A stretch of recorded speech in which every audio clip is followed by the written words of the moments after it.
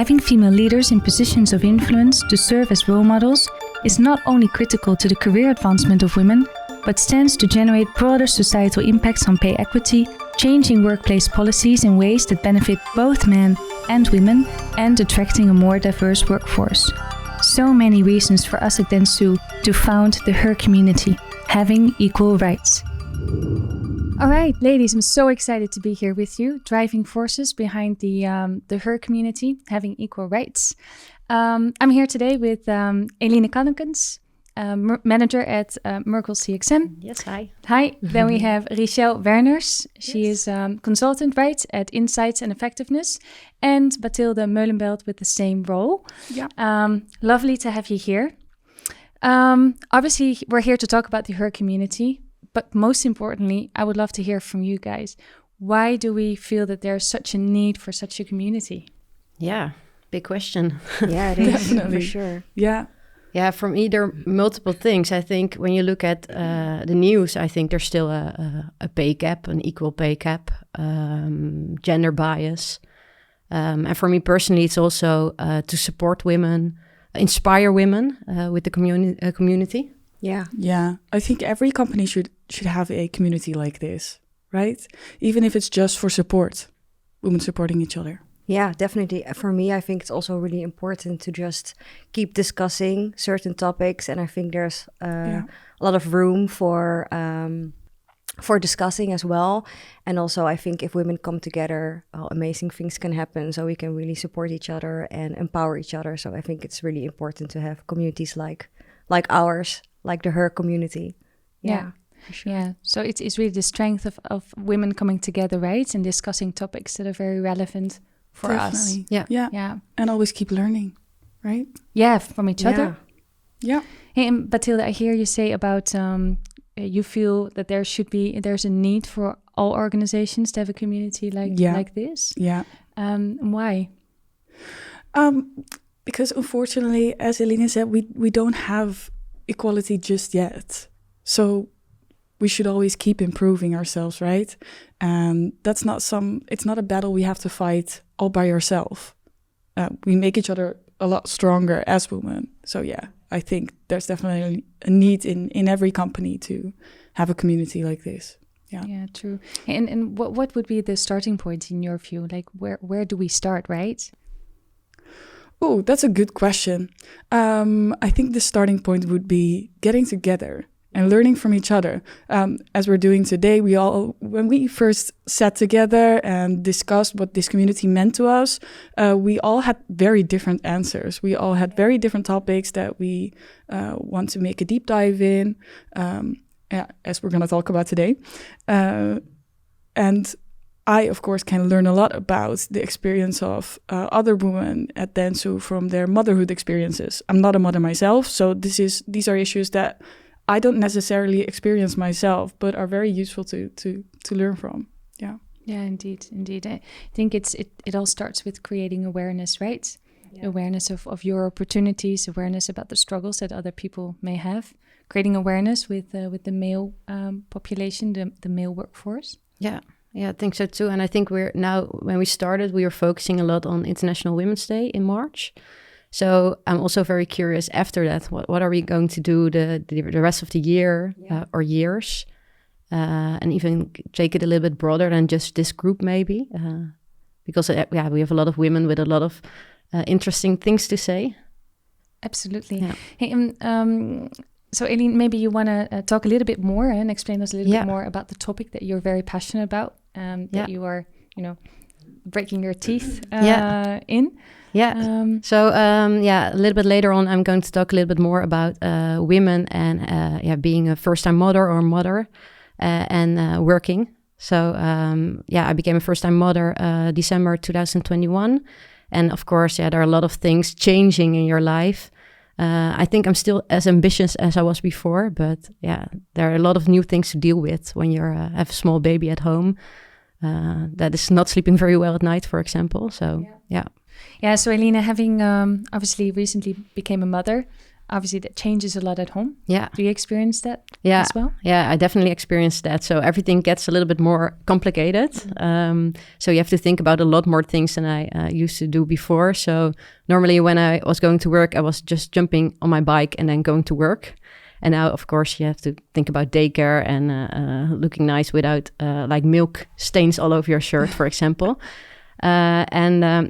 So I'm going to talk a little bit about, I think, being pregnant at work, working in the first few weeks again, and during the year, how to handle it with your partner or with daycare, for example. Yeah, such an interesting topic because I think we there's a little bit of a taboo still on certain elements of motherhood and work or future motherhood and work. Yeah. Right? I think it'd be really nice when women feel that they can openly speak about their desire, but also their, maybe the worries that they have with perhaps becoming a mother, what to do with my work. Yeah, I think so too. Definitely. Sometimes maybe people think that things are all open, and but I still see that a lot of women don't speak out loud when they have, for example, not sleeping for 1 year, or feeling very tired when having a baby, or struggling with when to have the second one because they just went on maternity leave. There are a lot of things still that. I think people can speak more about it in the open. Yeah. Well, I'm so looking forward to the podcast where we do the one-on-one deep dive. Looking forward to your information. Hey, and Rochelle, maybe you want to enlighten us a little bit about your topic that you feel very passionate about. Yeah, so me and Kika, who's not yet on this table with us right now, but we are going to discuss like female empowerment, but especially the topic of imposter syndrome and having a inner critic. So I think that is something that a lot of women can relate to, having an inner critic or having feelings of imposter syndrome. And usually we don't really talk about it. But I think it's really good to talk about because, since we all have these feelings, we should definitely normalize this and learn from each other experiences. And like I already said in the introduction, I feel like if women come together, share experiences and talk about the things that they are going through, then we can actually really learn from each other. I'm really gonna focus on the topic of imposter syndrome. Such an interesting topic, and I think it'd be so strong when women are encouraged to speak more about it, about their vulnerabilities, about their thoughts that are withholding them from taking opportunities that are right in front of them. But also really there's actually two ways in which you can really engage with your imposter feelings. And there's one side where you actually overwork and become really perfectionistic. But then there's also a side where you kind of withhold from taking the next step or going for a promotion, for example, or going for that job where you maybe do not meet all the 10 requirements, but you do meet 8 out of 10 requirements, but then you still feel like you're not the best candidate for that specific position or for that job. So I think it's quite a big topic, and I don't think we can cover it all, but we can definitely talk about it, and there's lots to discuss there, I think. But I really love that you guys are going to open the conversation about imposter syndrome, right? Because every one of my girlfriends I talked to about this topic, everyone has it. I have the feeling everyone has some kind of level of imposter syndrome. Right, yeah. But we all try to fake it till you make it. Just don't let it show. Yeah. Right? And it's kind What's of that weird. About? Why don't we just talk about it? Yeah, for sure. Yeah. I'm curious if you ask this question to a guy, if they are aware that this is a thing, or... Not sure. Well, actually, it came up early in the podcast with the men. Oh, really? Where they were definitely acknowledging the fact that if they only hit 5 out of the 10 criteria for a particular job, that they will just go for it. Well, they also acknowledged when I mentioned that for women it's different. Obviously generalizing, but I think we can safely say that for most of women, it feels that way, that you need to really hit most of the criteria before you go for it. So I think that there's a certain awareness, but definitely not enough. And therefore, exactly, Bathilde, just like you said, just opening up the conversation. Sharing experiences, learning from each other. Yeah, very, very strong. All right. And then Bathilde. Yes. What about your topic? So I'm going to talk about female representation in media today. So really taking more of an outward look. Because, of course, as a company, at dentsu, we're our currency is visibility, right? We're trading in visibility. So we really need to be aware, and we are responsible about what we put out there in the world. So I'm going to talk about some facts and figures surrounding female representation. Nice. Just drive facts and figures to really create that awareness with all of us, right? Yeah. Just creating some awareness on where we stand. I get a lot of feedback when I talk to someone about, what are you going to talk about in the podcast? Like, but isn't that already like good, the female representation? So I'm really excited to spread some awareness about where we can still improve. Yeah. Exactly. And I think that's it. Just shine a light on the improvements we can still make. And do you believe there's already been significant improvements made in the last couple of years? Definitely. Yes, for sure. But even though significant improvements have been made, that doesn't mean we have to just stop altogether focusing on it, right? Yeah, definitely. So, Are you going to talk only about our media clients or just in general? This is definitely just in general. Yeah. Okay. Yeah. I'm talking about the whole, all of the media landscape. What do we see? What's happening? So not specifically, not only our clients. No, not at all, actually. Okay. Yeah. And Eline, you had me cracking up this morning because when you walked in, and you were like checking your shirt, and you just said, since I became mother, I always have to check my clothes because I never know if it's inside out or there's some milk stain here or there. Yeah, that's the life of a mother, right? A working mother. Yeah, definitely. So not only clothes, but also shoes. Checking my shoes each morning before I go out the door if I wear the same boots. So if I have the right key with me, the right jacket. I came to the office, I think last week or a couple of days ago, and I was forgetting I only wore a t-shirt and it was pretty cold at the office. So I left my sweater at home, for example. Those things happening all the time since I had a baby. So that's really different from what it was before. Yeah. Change of life. Change of life. Yeah. And I saw, I think everybody was nodding when you were speaking, Rachel, about the imposter syndrome. Yeah. Have you experienced it yourself? I have. You have? I still do sometimes. Yeah. I mean, it was a bit worse when I just started my career, when I just started working. You feel everything is new, right? You are just fresh out of university, and you just walk into this company and you feel like you have to know everything. You feel like you have to really show them why you deserve to be there, for example.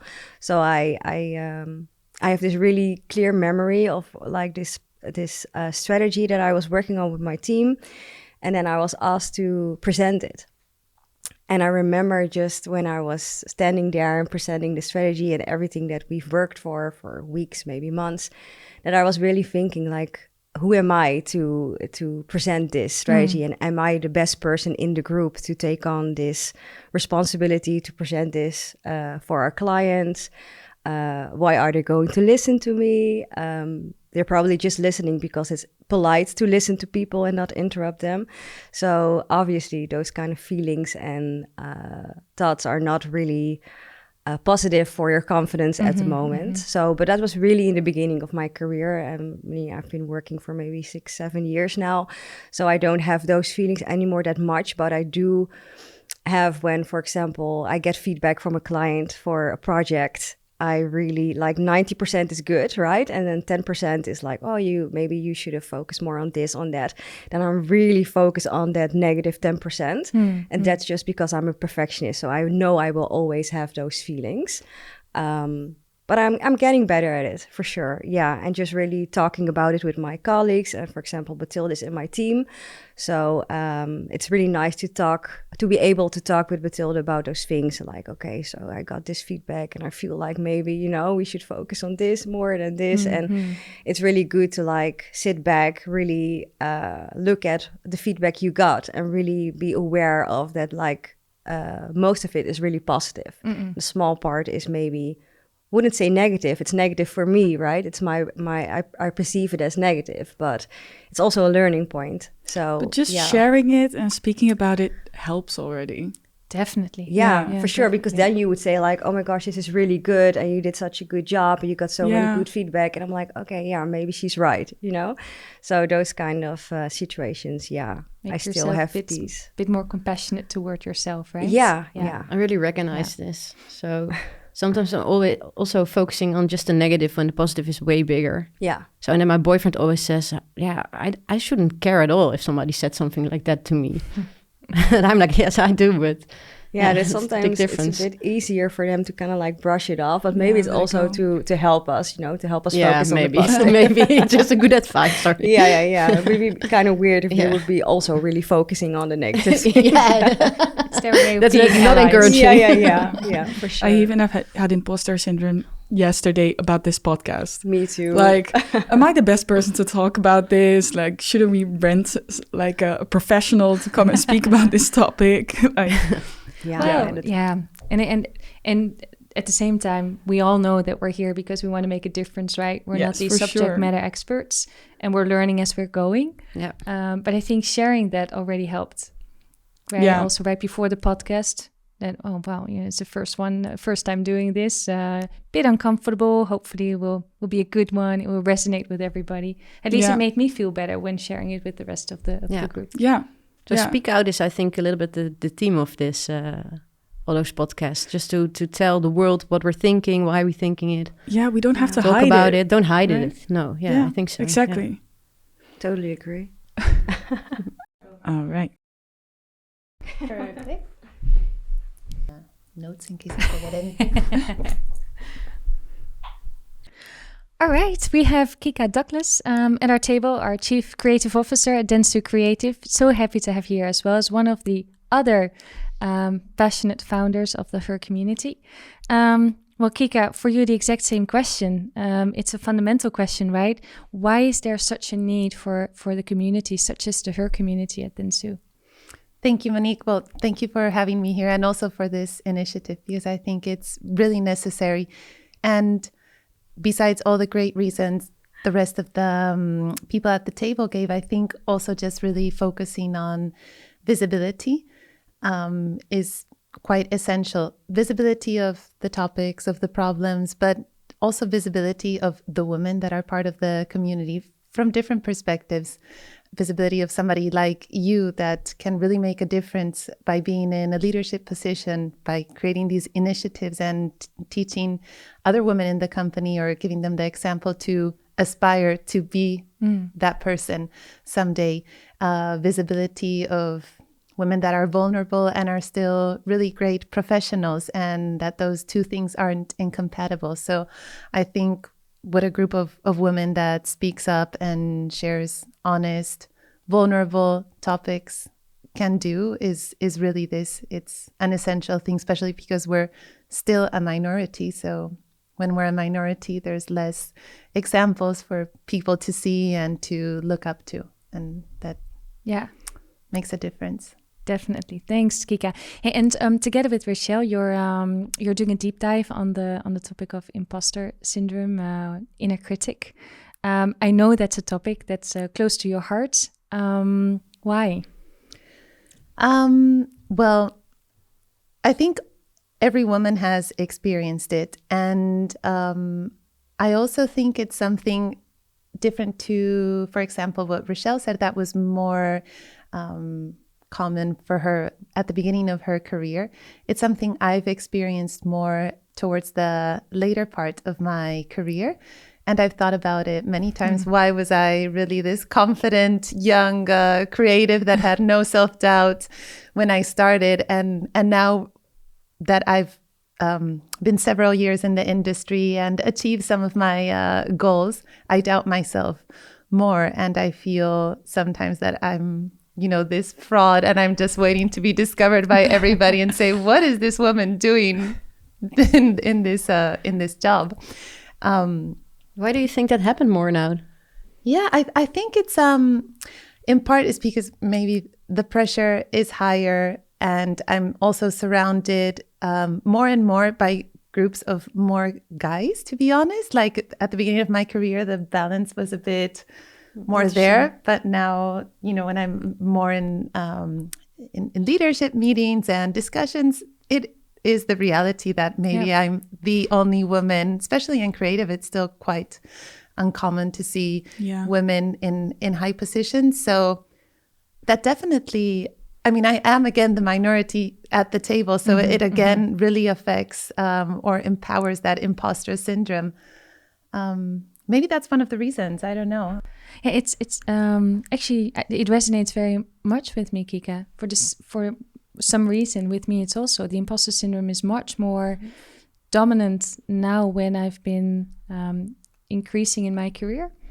So with the years, I don't know, it has been developed, and I think it's for that reason that also linked to being among more guys then in higher management. Maybe also a certain development of consciousness. I think expectations that you have of yourself because you're in a particular role. I don't necessarily think that is because of of having more male. When all the management people were female, do you think you still have it? Definitely. Okay. Yeah. Well, that's quite a genuine answer, right? It came from my toes. But no, I think I would. Yeah. And I think it's just one of those things that will always be there, regardless of the audience. So that may be a little bit slightly different than to your story. Yeah. Okay. Yeah. What about you, Bathilde? Well, it's kind of similar as Richelle's answer, actually. I experienced it a lot more during the beginning of my career. I also feel it more when I'm walking into a room of all guys, especially clients. So you're already a little nervous or on your toes because you really want to present the work that you did. I definitely feel more aware that I'm a woman, that I'm young too. That's where the imposter syndrome comes in most for me. Yeah, and you'll talk a little bit later about all the, the representation within the media of females. I can imagine that within your field of expertise, the representation may be even a bit lower, or is that an assumption? What do you mean by that? In insights effectiveness. Let me think. I think it's actually pretty equal in my team. Oh, nice. Yeah. As well as in management as my direct colleagues. Yeah. But there was this funny case. I do think a lot of people assume that people working in insights and effectiveness are male, but that might just be my misconception about it. But I have the assumption. Yeah. I was at this cafe once with some of my colleagues, among which Richelle, actually. So it was me, Richelle, and another colleague of us. She's working in data science. And we were sitting there and we were sharing the table with some guys. We didn't know them, but it's Amsterdam, so the tables are small. They just had their own conversation, and we were laughing and talking pretty loudly. And at one point, these guys stopped us and they were like, "You what? You work where? You work in data?" Uh-huh. They didn't know anything about us, but they were just shocked by the fact that we worked in insight and effectiveness and in data, which was funny to us, but it's actually pretty sad, maybe. That's also gender bias then, right?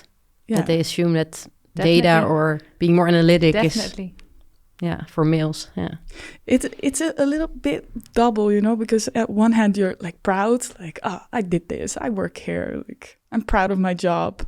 And on the other hand, it's a little sad that they assume that, that we wouldn't be able to work there. Yeah. Mm-hmm. Hey, and what would be for you a positive outcome of the launch of the Her community, but also the work that you'll be doing? Like, what do you hope to see? Like, what change do you envision? Oh, I hope that we feel more empowered as like a group of women at dentsu, especially. Like, just feel more connected, if that makes sense. Beautiful. Yeah. Understand each other better. Like, for example, when you're going to talk about motherhood and the struggles that come with that I would be better able to stick up for my colleagues who I know have become a mother recently. Yeah. Because I understand her struggles better. You need to increase that level of empathy and to be able to relate to the struggles that someone has. Yeah. Yeah. What about you, Kika? Well, besides that, which I also hope for it, I think it would be a great thing if this community touched the company beyond the women as well. If the rest of the people were interested in it and maybe even changed or modeled some of their behaviors because they've learned something new thanks to listening to these stories. I think that would also be a really important effect, that it could influence the company beyond our community of women. Beautiful. Yeah. Alina. I hope we reach a lot of women within dentsu to listen to the podcast. Also visit the website. We're probably going to mention it later on, that we're creating also the Women at Dentsu website. And then for me, that people will reach out much earlier to HR or to their manager if they have some problems or dealing with something, talk to each other about it, be more open. I hope we can reach that with this women community. Yeah. And creating maybe also that community of allies, right? Not only women for women, but I would love to see the men being allies for women as well within dentsu. Yeah. So the men really need to listen to the podcast too, I think, especially also inner critic. So it's very important. Yeah, definitely to better understand, perhaps put themselves in the shoes of women. What struggles do they encounter, and how can they support to empower women in their career development and just unlocking their potential, thriving at work. Yeah, maybe we should say that all managers should listen to the podcast, all male managers. If only to understand like female co-workers better, right? Yeah. All right. Well, thanks so very much for participating today in this podcast. I look forward to speaking with you individually.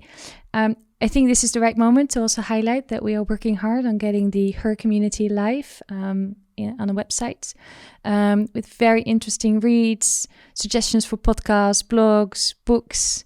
We will announce obviously events there, but also be the community where we can meet each other online, connect online. Obviously, the strength is meeting each other physically.